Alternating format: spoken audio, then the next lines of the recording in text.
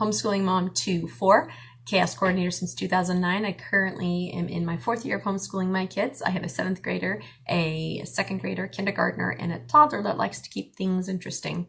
So this video is about what we use for language arts and history / literature, because it's all in one. So a quick background real quick. It took me a while to figure out language arts, but I found this curriculum. So a quick thing, the way curriculum companies work is a lot of them themselves don't create their own material. What they say is, this is our philosophy in teaching in school, and these are the things that we have chosen, and if you want to go through us, we will send you the entire package of all the subjects, and you work through that, and we'll tell you what to do when, and you don't have to think about it. And it's fabulous.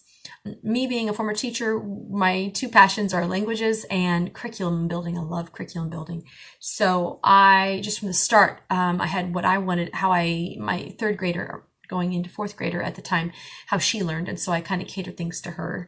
And after about the first year, I discovered, a friend told me about Sonlight, Sonlight. There's a link below, and it's a book-based curriculum, and it is fantastic. And what I found very interesting is their list of their curriculum were all the things that I had already been using. They use you can choose which math you want, but I use Matthew C. They suggested Matthew C. I use Handwriting Without Tears. They suggested Handwriting Without Tears.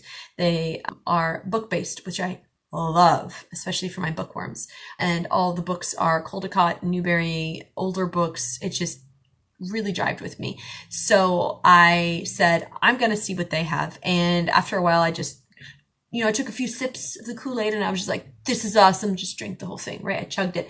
So when people ask what curriculum I use, I say Sonlight. But at the same time, I kind of do my own thing. But we do use them for history, literature, and language arts. And I do thoroughly enjoy every year, the kids, for every level, they have a different Bible for the kids to use. And I'm Catholic, but it doesn't really matter. We kind of have the same Bible.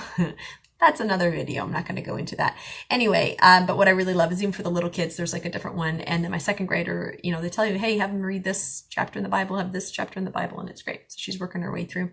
So you can use that as well. But that's what's great about different curriculums and homeschooling is you can pick and choose what you want. And so they also have CDs that just sing scripture that help with like geography, and the kids love listening to those every year. And every year they also come with a poetry book. I am not into poetry. I have a really hard time understanding it, but my kids have gotten it every single year. They have a new book of poems, and my 7th grader especially is like, Mom, listen to this poem. It's hilarious. And she'll read it to me and I'll play along like I understand it. And I'll say, well, what do you think that means? And luckily, this is what I love about Sonlight, is they tell you what it means for the first few years anyway. They go through it and they work about, understand what a stanza is and rhyming, like recognizing rhyming and such. And my 2nd grader has really gotten into it too. And I'll hear them giggling over different poems from their books. And even the kindergartner has one, but hers, I can actually understand. They're like Llama Llama ones or Mother Goose. I can understand those poems for the most part. Some of them I still have a hard time.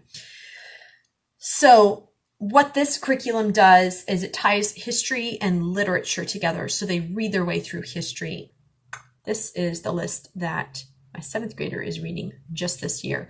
This is the list that my 2nd grader is reading just this year. And this is the list that just my kindergartner is reading just this year. It is amazing how many books my kids go through. And I'm still having to find books to, fill them in the time. And they don't necessarily enjoy all the books, but they know that it's for school. I'm going to do this for school. It's not a book they would have read on their own, but they know it's required for school and they end up loving it. My 2nd grader finally does not judge a book by its cover. So when she sees books like this, she knows that, okay, the cover looks boring, but it's probably going to be awesome because they love their Sonlight books. So I'm a big fan of Usborne. If you're ever invited to an Usborne book party, go. It's like one of the few marketing things that are worth it. My kids love Usborne to pieces. This is one that didn't come with it, but it went well with our science this year. It's Lift the Flap for atoms and molecules. I mean, you got a stinking periodic table with Lift the Flap. I mean, come on.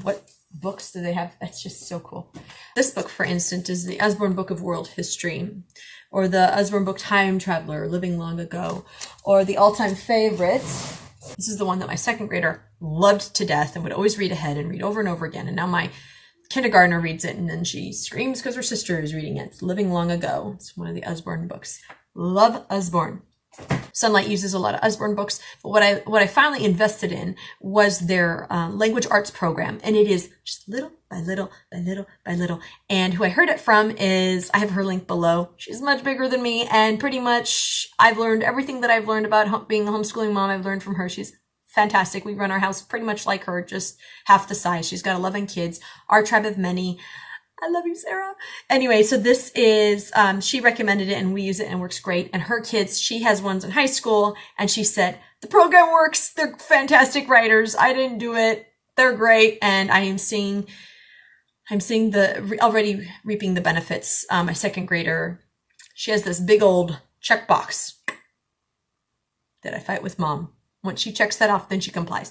So writing was really hard. Even though she was an avid writer just for fun, when it came to school, she really fought me.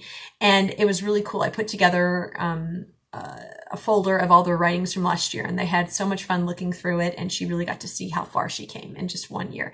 And it was due to Sunlight. It's just little by little, little increments, little things to write about. And I think it's just fantastic. So my second grader, my seventh grader are doing it now. My kindergartner, we're just working on other things. I think they have a new kindergarten curriculum, but I'd already purchased a different one prior to them creating it, so I don't use it. I'm sure it's fabulous, and I purposely do not look at it, because if I look at it, I know I will want to buy it, and what we have works fantastic for our family right now. What I love, this is World History, this one's for my second grader. My seventh grader just wrapped up their Eastern Hemisphere one, which is fantastic. They make things hands-on, maps, they have questions. So questions over the reading used to be a real chore. And so now we do something called coffee and questions, and they have a certain day of the week and we sit down and I go through my book. And we ask questions, they ask questions, they have copy work, they incorporate copy work. So anyway, I really like their philosophy and I just learned to trust it. So those three are wrapped into one. I do not see us doing anything else because it works so well for our family. Absolutely love it. And it's also something they can do independently, and it's laid back, but very rigorous. Don't know how they managed to do that. But these questions that they have for each book, they themselves did create. This is something special to Sunlight, and they did such a fabulous job. I absolutely love it. I enjoy it. I learn from it. What I love the most is that I don't have to worry about the content in the books. I know that they're going to follow along the same principles that I have. They're really big on culture, but respecting foundations of our country, but yet telling them the truth. And it's always age appropriate. And that's what I love. And then also, it's great if you have multiple grades. My kids are not by our planning, but God's, are spaced further apart. And so, seventh and second, that's quite an age gap. And so these levels can be spanned across ages. So if you have kids close together, they'll tell you what age range the recommendation is for each level. So like A will be 7 to 9 or 5 to 7. So if you have two in that same, you could do two in the same. They do have read alouds. And I know that there is a reason for that. I attempted to do that, but my kids are very independent. They just want to read it themselves. There are problems with that. They mispronounce a lot of words because they've seen it a million times. Like chaos, they think it's pronounced chows. And I have to help them along on how to spell that. But I understand the need for it, but I don't have the time, and they fight me. And so it's kind of a choosing your battles type of thing. But that's the beauty of homeschooling. I can do what works for our family. So what I do is if the book has an audio, I have the kids listen to it.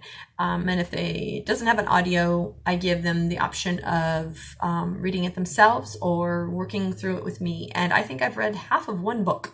It just did not go well. And I know I need to do better on that. I hope that maybe my kindergartner will be a little more apt to listen to me. But right now, again, very independent. So she listened to the Boxcar Children what I found works too is if I have them listen to it while they read it, that really helps. But not all the books are audio, but the younger ones are because they're more common books. One more thing, when I first found Sunlight, we were unable to afford the entire curriculum, and so I just made a spreadsheet and I looked into their website of what's included in their curriculum for the reading, and I just would copy and paste the title and the author, and then I would research, does our library have it? Our library system is pretty awesome. They had a lot of them. If they didn't have it, go to Thrift Books. And Thrift Books, you guys, if you buy $10 worth of books, free shipping. It's really fast. Their descriptions of quality are very accurate. I love it. My kids, it's like Christmas whenever we get Thrift Books, and they have their own wrapping, so they recognize it. A lot of canceled books are on Thrift Books still. You can find them. If I can't find it at the library and I can't find it at Thrift Books, I don't like to use Amazon, but if it's difficult to find on Amazon, I just buy it from Sunlight eventually, because you can just buy individual books from Sunlight as well. I hope to one year just be like, send me the whole package, I want all of it. But right now we can't afford it. So, and plus I kind of like the hunt of, hey, I got to get that one from the library, or does the library have it? And really the ultimate goal is to have all the books so I don't have to use the library. But for now, we're going to keep utilizing the library system for the classics that they have them read. Remember that it is okay to make mistakes. The important part is to learn from them. God bless.